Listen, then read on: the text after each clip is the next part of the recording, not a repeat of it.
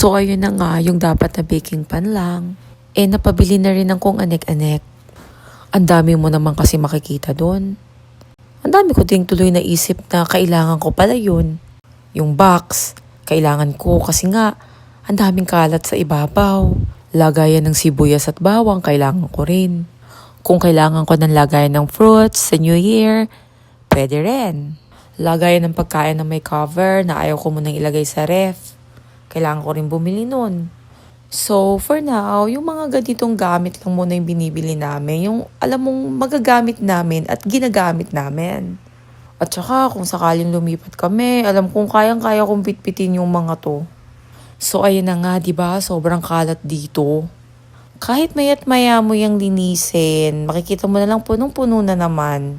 At least ngayon, kung anong bagay man dyan, ilalagay ko muna sa box.